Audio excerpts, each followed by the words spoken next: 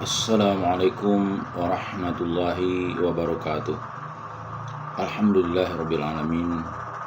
Alladzi nahmaduhu wa nasta'inuhu wa nastaghfiruh. Wa na'udzu billahi min syururi anfusina wa min sayyiati a'malina. May yahdihillahu fala mudhillalah wa may yudlil falan tajida lahu waliyyan mursyida. Asyhadu an la ilaha illallah wa asyhadu anna Muhammadan abduhu wa rasuluhu la nabiyya ba'd. Allahumma shalli wa sallim ala hadzal nabiyil karim Muhammadin sallallahu alaihi wasallam la nabiyya ba'd.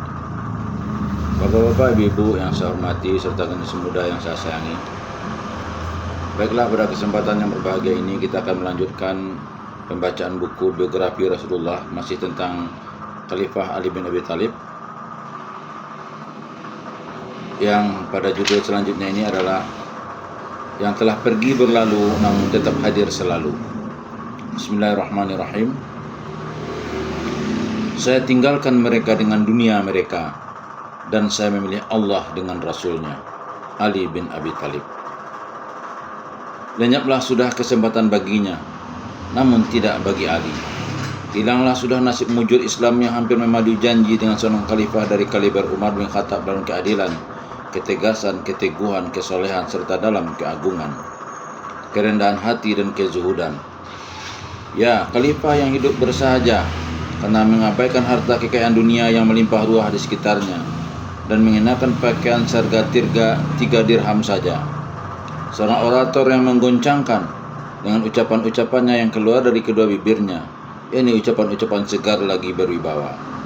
Seorang cendekiawan yang alim yang memancarkan hikmah dari dalam jiwa dan pikirannya, serta mengalirkan kebenaran dari lisan dan kalbunya.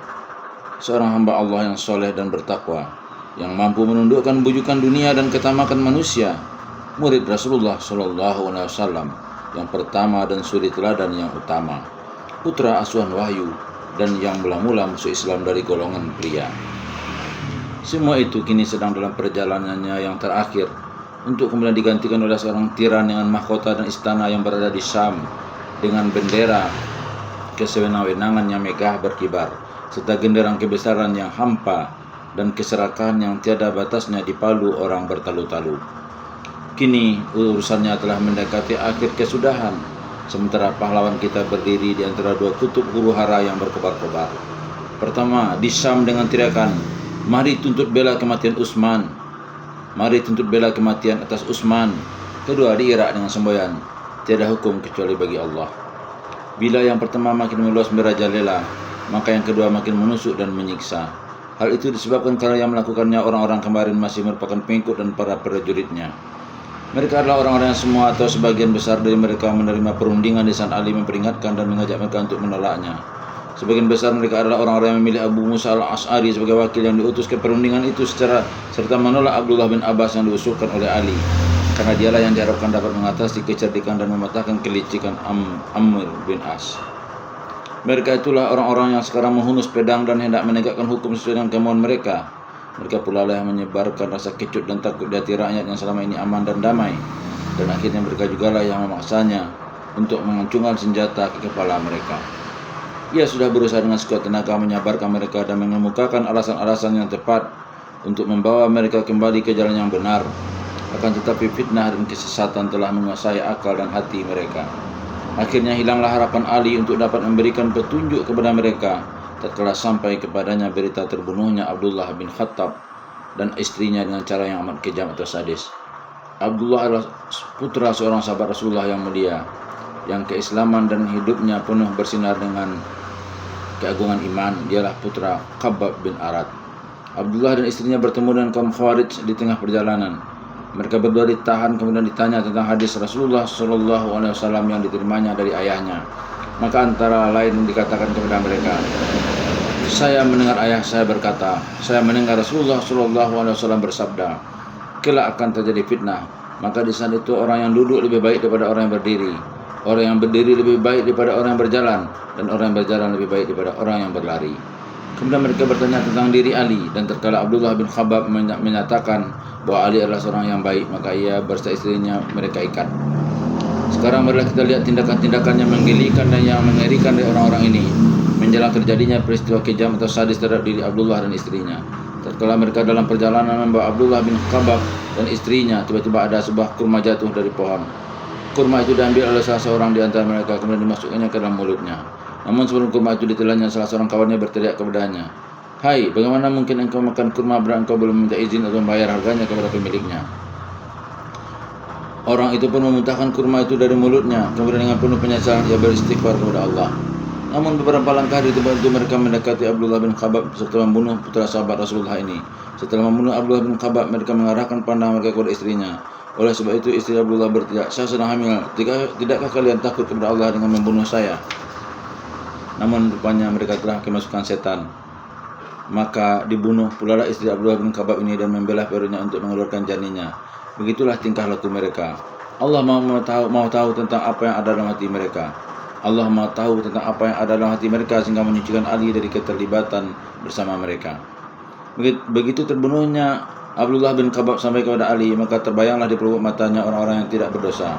Apabila kaum Khawarij dibiarkan merajalela berbuat kerusakan di mana-mana, dengan segera Ali membelokkan tujuannya dari Syam ke Nahrawan. Ia menghadapi kaum Khawarij dalam satu pertempuran dahsyat yang berhasil membuat mereka cerai-berai. Belum datangkah saat baginya untuk beristirahat? Tidakkah sebaiknya ia berlepas tangan saja dari semua kemelut, lalu keluar dari segala macam huru-hara untuk kemudian beribadah dengan hatinya yang bersih, serta memberikan ilmu yang luas bagi kemanfaatan kaum muslimin? Barangkali yang demikian itu merupakan salah satu keinginannya. Tetapi bagaimana dengan tanggung jawab dan tugasnya? Siapa lagi yang akan memikulnya kalau bukan dirinya? Padahal tanggung jawab itu berada di atas pundaknya, yang tidak mungkin dapat dilepaskan kecuali oleh maut. Nah, di manakah ia sekarang berada dan kapan datangnya? Sungguh ia telah merasa bahwa saatnya kini telah tiba. Orang-orang Kufah yang memintanya bergerak ke Syam untuk menyerang Muawiyah, satu demi satu memisahkan diri daripadanya dan meninggalkan kamp mereka di Nukhailah, sehingga pada suatu subuh Ali membuka matanya. Ia menemukan jumlah mereka hanya tinggal 1.000 orang. Kini peranannya telah berakhir. Lalu apa guna lagi baginya untuk bertahan?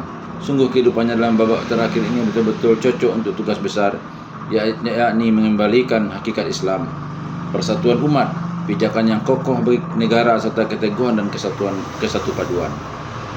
Benar, tugas yang seluruh kehidupannya telah dijanjikan untuknya ialah mengembalikan Islam pada hakikatnya dan mengembalikan kaum muslimin kepada keislaman mereka.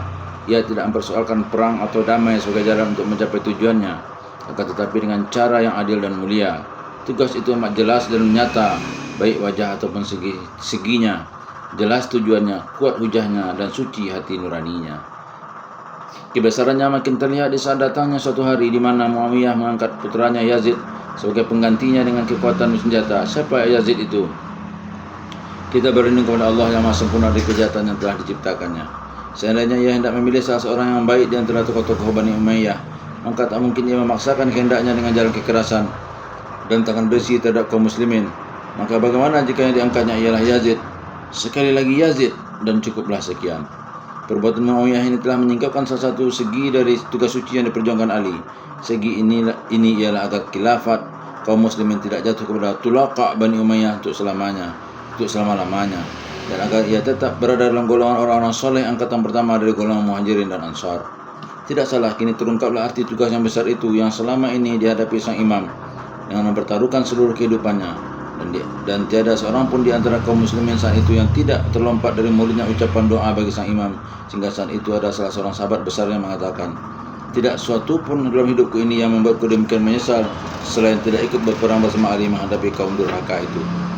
Benar, itu adalah ucapan seorang sahabat besar yang dikatakannya dengan air mata membasahi jenggotnya. Dia adalah seorang sahabat utama Rasulullah, orang baik dan putra dari orang baik pula. Dialah Abdullah bin Umar. Di mana-mana, khususnya di Irak, kaum muslimin merasa bahwa mereka selama ini telah mendukung kebatilan dan berserikat dalam dosa, yaitu ketika mereka meninggalkan Ali dan membiarkannya berjalan seorang diri di sebuah padang yang sepi, dikelilingi oleh binatang liar dan serigala-serigala buas. Kini mereka meratap dan menangis. Mereka merasakan kekosongan yang mengerikan atas kepergian ayah mereka yang pengasih, yang adil, yang baik dan yang penyayang itu. Mereka memohonkan rahmat Allah bagi almarhum dengan hati yang remuk, redam dan tertunduk khusyuk.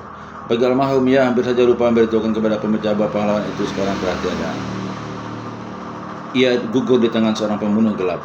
Khalifah dan Amirul Mukminin ini telah gugur sebagai syuhada di dekat pintu Masjid Kufah. Di dekat pintu Masjid Kufah, dan versi lain dikatakan ketika ia sedang solat atau bersiap-siap untuk solat. Setelah ia melewati jalan-jalan kota itu untuk membangunkan penduduk untuk salat fajar dan memanggil mereka dengan suaranya yang mulia, as-shalah ayyuhan nas as-shalah yarhamukumullah. Bangunlah wahai kaum muslimin, marilah kita solat, semoga Allah memberi kalian rahmat. Saat itu dengan mengendap-endap di kegelapan malam, seorang khawarij yang bernama Abdurrahman bin Muljam mendekati Ali. Orang ini bersama dua orang lainnya telah bersekutu untuk menyingkirkan Ali, Muawiyah di Syam dan Amir bin As di Mesir. Ali tidak mempunyai pengawal sehingga pembunuhan gelap terhadapnya hanyalah merupakan pekerjaan mudah, bahkan amat mudah. Pekerjaan tersebut tidak membutuhkan keuletan, kekuatan ataupun keberanian yang istimewa. Yang dibutuhkan tidak lain hanyalah niat jahat, pikiran sesat, hati buta dan ambisi yang bernyala-nyala. Apabila semua yang dibutuhkan itu telah ditemui dalam diri seseorang, maka tinggallah memberi pedang dan petunjuk kepadanya.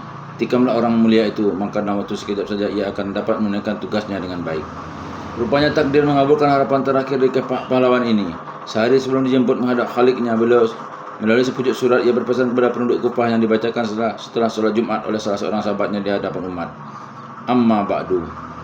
Sungguh demi Allah, saya ingin agar saat ini hendaknya Allah mengeluarkan saya dari lingkungan kalian dan nyawa saya diambil dengan rahmatnya dari sisi kalian. Dan sungguh saya ingin tidak melihat dan mengenal kalian. Demi Allah, kalian telah membuat dada saya penuh kemasgulan dan menyumbat nafas saya dengan kepahitan serta merusak buah pikiran saya dengan kedurhakaan. Bahkan karena ulah kalian orang-orang Quraisy mengatakan bahwa Ali bin Abi Thalib adalah seorang pemberani, namun tidak mengerti apa-apa tentang perang. Akan tetapi memang tidak ada artinya mendapatkan seseorang yang tidak ditaati. Memang benar wahai Amirul Mukminin, tidak ada artinya pendapat seseorang yang tidak ditaati. Sungguh takdir Allah berlaku sebagaimana yang Anda inginkan. Allah mengeluarkan Anda dari lingkungan orang-orang itu dan mencabut nyawa Anda ke dalam rahmatnya dalam keadaan bertakwa, suci dan bersih. Perahu Anda telah menyeberangkan Anda ke tempat yang sangat tinggi, yakni perahu yang selama ini Anda pergunakan untuk mengarungi gelombang fitnah hingga berhasil membawa Anda selamat sampai di seberang. Ya, perahu yang lebih Anda percaya sebagai tempat berlindung setiap Anda terkena akan percakapan yang berlangsung di antara Anda dengan Rasulullah SAW, yakni di suatu hari yang telah jauh berlalu. Ketika itu Rasulullah bertanya kepada Anda, wahai Ali, bagaimana sikapmu bila engkau temui orang-orang di sekelilingmu nanti benci terhadap akhirat tapi senang kepada dunia? Mereka memakan harta warisan dengan lahap, mencintai harta dengan serakah dan berlebih-lebihan, menjadikan agama Allah hanya sebagai alat untuk melakukan kecurangan, dan mereka yang menyeleweng serta miring kiri dan kanan. Saat itu wahai Amirul Mukminin, Anda menjawab kepada Rasulullah SAW, jika begitu halnya maka saya biarkan mereka dengan dunia mereka, dan saya pilih Allah dan Rasulnya serta kampung yang baqa. Saya akan tetap bersabar dalam sikap saya itu sampai tiba saatnya saya menemui Anda di akhirat kelak. Anda telah menentukan pilihan sendiri wahai Abu Hasan, dan tepat sekali pilihan Anda itu. Anda telah bersabar dengan sebaik-baiknya, dan kini Anda telah bertemu dengan orang-orang yang Anda cintai, yaitu para nabi, syuhada, dan orang-orang baik lagi utama lainnya. Amirul Mukminin Ali bin Abi Thalib menemui Khaliknya karena tusukan pedang beracun, sebagaimana dialami oleh Umar Al-Faruq. Kebesaran dirinya sebagai pahlawan tak hendak menerima kecuali bila akhir kehidupannya merupakan akhir yang amat baik dan menjadi bukti bagi kebenarannya secara jelas dan gamblang. Setelah ia ditebas dengan pedang di bagian kepalanya, ia segera dibawa ke rumahnya dalam keadaan sangat membutuhkan banyak perhatian, malah menyuruh orang-orang membawanya dan menungguinya agar kembali ke masjid untuk melakukan salat fajar sebelum habis waktunya, yakni salat yang sedianya hendak dilakukannya tetapi terhalang oleh perbuatan keji seseorang terhadap dirinya. Setelah usai melakukan salat fajar atau subuh, mereka pun kembali berjumpanya. Di saat itu pun masuklah orang-orang membawa seorang laki-laki yang dituduh sebagai pembunuh, yaitu Abdurrahman bin Muljam. Begitu ia masuk dan Ali melihatnya, maka ia menggeleng-geleng kepalanya dengan duka. Saya berkata, engkaukah kiranya yang melakukan itu? Bukankah selama ini aku sudah berbuat baik kepadamu? Kemudian pahlawan besar itu melihat sejenak ke arah wajah putra serta para sahabatnya. Maka dilihatnya wajah mereka memancarkan kebencian dan dendam terhadap pembunuh, hingga rasanya seakan maut menjalar di seluruh persendiannya. Dan seakan-akan dilihatnya pula apa yang bakal dialami oleh Ibnu Muljam. Tampaklah olehnya pembalasan yang amat mengerikan yang akan dilakukan oleh putra-putranya dan para sahabatnya, hingga timbul hasratnya yang amat mulia untuk melindungi pembunuh dari pelanggaran batas atau penyalahgunaan kisah yang telah diatur oleh agama. Begitulah maka ia memanggil mereka untuk mendekat kepadanya. Lalu keluarlah kalimat-kalimat dari lidahnya bagi tersekat dan terputus-putus untuk melukiskan keagungan kemanusiaannya yang telah dianugerahkan Allah Subhanahu wa taala kepadanya. Kepada keluarga dan para putranya dipesankan, perlakukanlah ia dengan sebaik-baiknya. Hormatilah martabatnya sebagai manusia. Kalau aku masih hidup, maka akulah yang lebih berhak atasnya. Apakah akan menuntut kisah atau memaafkannya? Dan kalau aku mati, maka biarkanlah ia menemaniku untuk kuhadapi di hadapan pengadilan Rabbul Alamin. Jangan kalian membunuh selainnya karena menuntut balas atas kematianku. Sesungguhnya Allah tidak memiliki orang yang melampaui batas. Baiklah, kita tinggalkan saja lukisan di atas tanpa komentar, sebab kita tidak menemukan kata-kata lain yang dapat mencapai taraf yang layak. Kini marilah beralih kepada peristiwa lain atau sisi lain dari sisa kehidupannya. Pada saat-saat akhir dari hayatnya, datanglah beberapa orang utusan menghadap kepadanya. Mereka minta agar imam mengangkat Hasan sebagai penggantinya. Namun apa jawabannya? Aku tidak menyuruh kalian untuk itu, dan tidak pula melarang. Kalian lebih tahu tentang masalah kalian. Oleh sebab itu mereka pun bermaksud membawanya mengikuti kehendak mereka. Mereka meletakkan jari tangan mereka di atas kerongkongannya, sebab dengan demikian akan menggetarkan hatinya jauh dari lubuknya yang dalam. Kata mereka, lalu bagaimana kelak bila Allah bertanya kepada anda, mengapa anda tidak mengangkat seorang pengganti bagi kami? Jawab Ali, akan kukatakan, aku tinggalkan mereka tanpa mengangkat seorang pengganti, sebagaimana Rasulullah tidak pula mengangkat seseorang pengganti ketika meninggalkan kaum muslimin. Setelah itu Ali memanggil putra-putranya dan mereka pun menghampirinya dan Hasan sebagai pemimpinnya. Segeralah Ali mendiktekan wasiatnya kepada mereka. Aku wasiatkan kepada kalian untuk selalu bertakwa kepada Allah. Jangan sekali-kali kalian mati kecuali dalam keadaan Islam. Berpegang teguhlah kalian kepada agama Allah dan jangan bercerai-berai. Sesungguhnya aku mendengar Rasulullah bersabda, sungguh baiknya hubungan persaudaraan itu lebih utama dari salat dan saum. Sunnah. Ingatlah Allah dan berpeganglah kepada Al-Quran. Jangan kalian terdahului oleh orang lain dalam beramal. Ingatlah Allah mengenai orang-orang fakir dan miskin. Ikutkanlah mereka dalam kehidupan kalian. Janganlah takut menghadapi celaan orang dalam melaksanakan perintah Allah. Allah akan melindungi kalian dari orang-orang yang bermaksud jahat atau menganiaya kalian. Janganlah sekali-kali kalian meninggalkan amar ma'ruf nahi munkar, memerintah berbuat baik dan melarang berbuat keji, dan berkatalah kepada mereka dengan perkataan yang baik sebagaimana yang diperintahkan oleh Allah. Janganlah putuskan persaudaraan kalian dan janganlah sekali-kali kalian saling bermusuhan. Tolong-menolonglah kalian dalam kebaikan dan takwa, dan jangan sekali-kali bertolong-tolongan dalam dosa dan permusuhan. Maksud jahat untuk menyudahi Ali terjadi pada hari Jumat subuh 18 Ramadan 40 Hijriah, dan ruhnya melayang menghadap Khaliknya tepat dengan tenggelamnya matahari pada hari Sabtu 19 Ramadan 40 Hijriah. Demikianlah musafir itu kini telah kembali ke tempat asalnya, pulang ke kampung halamannya. Meskipun putra Abu Talib itu telah meninggalkan Mayapada ini, tetapi kehidupan dan sehari-hari yang dilaluinya berubah menjadi matahari yang bersinar terang di tempat yang tinggi dalam kemanusiaan dan sejarah hidup manusia. Dari tempatnya memancarlah kebenaran, kepahlawanan, kebaikan dan kemuliaan ke tempat peredarannya. Begitulah Ali telah pergi namun tetap ada. Ia telah berlalu namun tetap hadir selalu. Ia telah berpisah meninggalkan kita namun tetap bersama kita. Pintu keabadian telah terbuka lebar dengan segala ingatan dan kenangan kepadanya. Di saat ia membiarkan orang-orang memilih kehidupan dunia, sementara ia telah menentukan pilihan kepada Allah, kepada Rasulnya dan hari yang akhir. Badai dan gelombang telah menerpanya agar ia tersesat di jalan yang gelap atau kehilangan petunjuk yang dipegangnya serta menyimpang dari tujuan dan prinsipnya. Namun ia tidak pernah tersesat dari jalannya, tidak kehilangan petunjuk, tidak pula menyeleweng dari tujuannya. Dan ketika maut menjemputnya, didapatnya ia sebagai seorang raksasa sedang mengibarkan bendera dan panji-panjinya. Itulah corak yang paling tinggi dari kemanusiaan, yang dianugerahi takdir keabadian dan tidak dibiarkannya masuk perangkap alpa dan terlupakan, karena ia telah membentuk bagi kemanusiaan hati nurani dan akal budinya.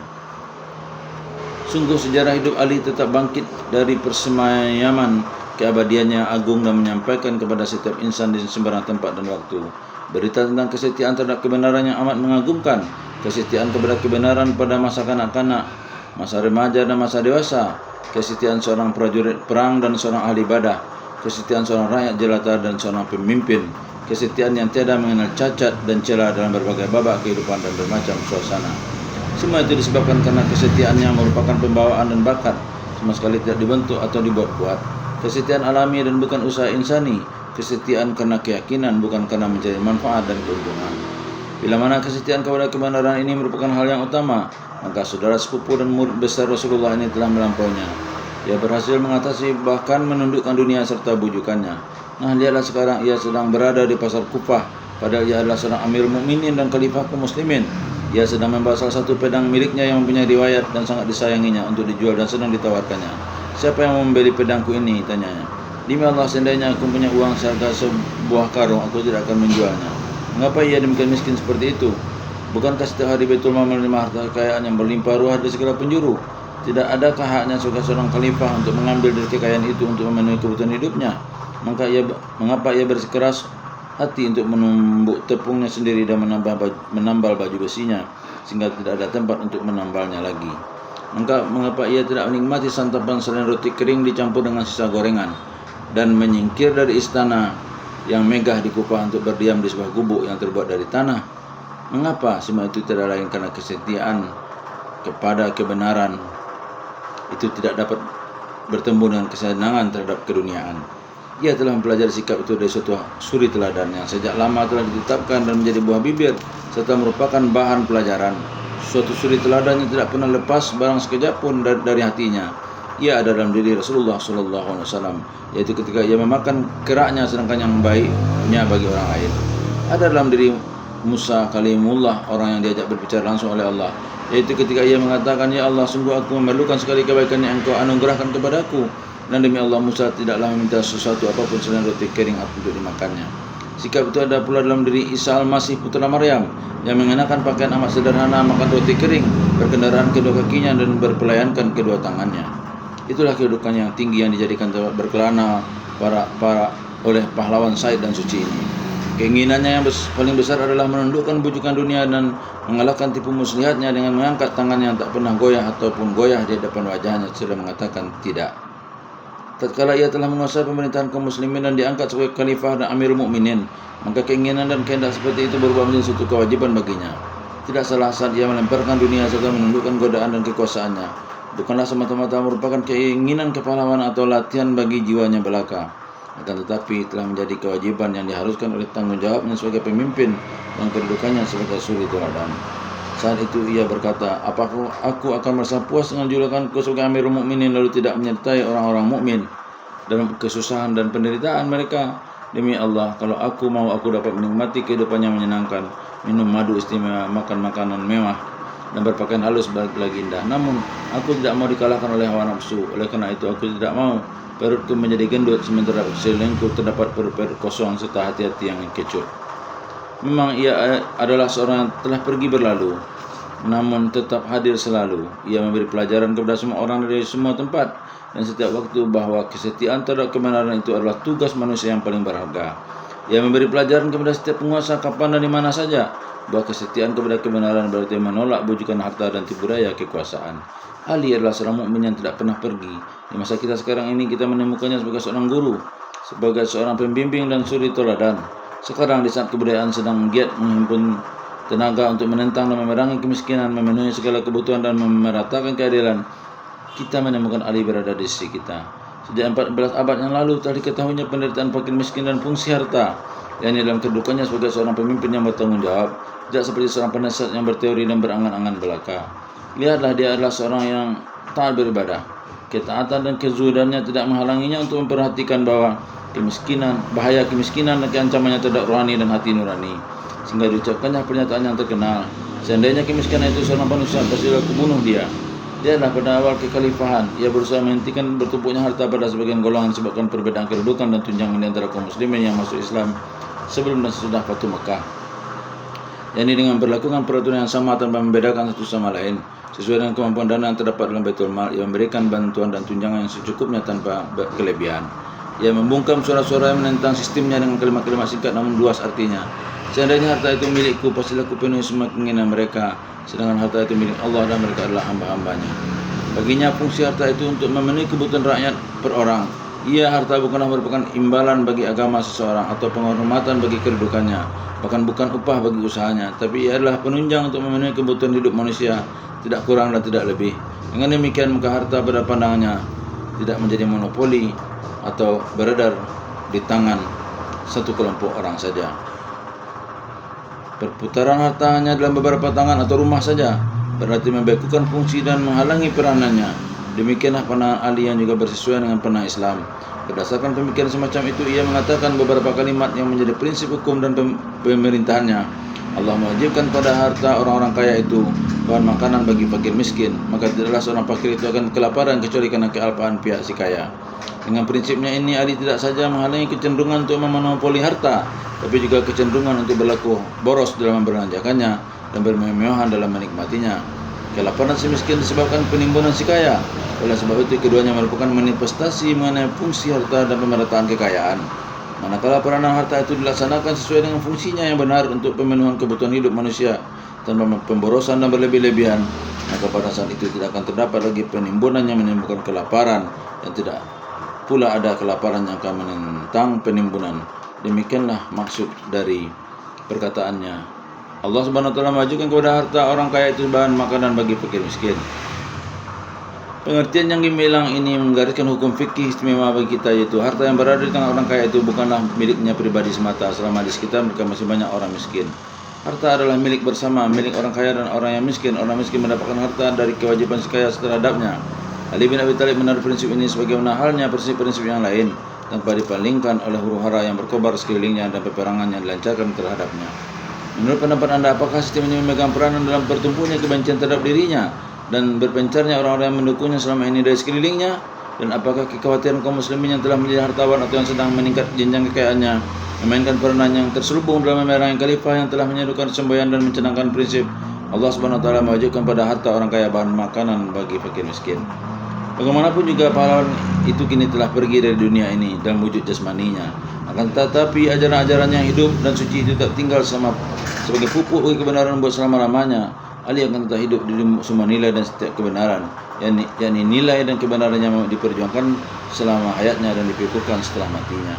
Ia akan tetap hidup dan tampil dengan kebesaran dan keutamaannya, yang dengannya pernah dibentuk suatu kehidupan yang berlanjut sampai 63 tahun. Dirar bin Damrah sempat melukiskannya sebagai berikut. Ia adalah orang yang tinggi cita-citanya, besar kemampuannya, berbicara tegas dan menetapkan hukum secara adil, dan dari dirinya memancar ilmu dan dari mulutnya mengalir hikmah kebijaksanaan. Ia membenci dunia dan kemegahannya, sebaliknya menyukai malam dengan kesunyiannya. Air matanya selalu mengalir jauh renungan pikirannya, sering bolak-balik dan mengempaskan kedua telapak tangannya serta berdialog dengan dirinya. Pakaian yang disukainya adalah pakaian kasar, sedang makanan yang digemarinya adalah yang amat sederhana. Ia tak ada bedanya dengan kita, selalu memberi bila diminta, memulai pembicaraan jika kita mendatanginya, serta berkenan datang bila kita mengundangnya. Demi Allah, di saat kami berada dekatnya, kami hampir tidak berbicara dengannya karena wibawanya, dan tidak memulai pembicaraan disebabkan kehebatannya. Bila ia tersenyum, tampaklah bagian seuntai mutiara yang bersinar-sinar. Tampaklah bagaikan seuntai mutiara yang bersinar-sinar. Selalu menghormati orang-orang ahli agama dan sangat dekat dengan miskin yang tidak berpunya. Orang yang kuat tidak akan berharap kemurkaannya, sedangkan orang lemah tidak akan putus asa terhadap keadilannya. Saya bersaksi bahwa pernah melihatnya dalam salah satu ibadahnya, yakni di kala malam telah melabuhkan tirainya serta bintang-bintang telah redup cahayanya. Ia berada seorang diri di mihrab dengan tangan memegang janggutnya, resah gelisah bagi orang sakit dan menangis dengan amat sedihnya. Setelah terdengar olehku bahwa ia berkata, "Hai dunia, hai maya pada, mengapa engkau datang padaku? Apakah engkau rindu untuk bertemu? Jauh menjauhlah. Carilah yang lain penggantiku. Perdayakanlah dia sesuka hatimu. Bukankah telah kujatuhkan talak kepadamu 3 kali dan tidak ada kesempatan untuk kembali? Wahai usiamu singkat, hidupmu terhina, sedangkan bencanamu besar tidak terhingga. Wahai sedikitnya perbekalan, jauhnya perjalanan, serta sulit dan berlikunya jalan." Walau tanpa dukungan dari teman sejawatnya dan para pendukungnya, dengan tanpa resah, gelisah dan keluh kesah terhadap persekongkolan jahat yang dibangkitkan oleh musuh demi musuh terhadap dirinya, ia tetap berdiri tegak dengan perkasa, dengan keimanan yang istimewa serta tenaganya yang luar biasa. Dibinanya dirinya dengan kehidupan yang luhur dan agung, yang dalam pergantian musim dan peredaran masa bagaikan sebuah menara tinggi yang menjadi pedoman bagi orang-orang yang cerdik dan cendekia, orang-orang cerdik, cendekia dan orang-orang arif bijaksana. Meskipun ia tidak mendapat bantuan dari orang-orang yang mencintainya, namun ia beroleh pertolongan dari keimanannya yang istimewa hingga memaksa musuh untuk menghormatinya dan mengharuskan teman sejawat untuk mengakui kemandiriannya.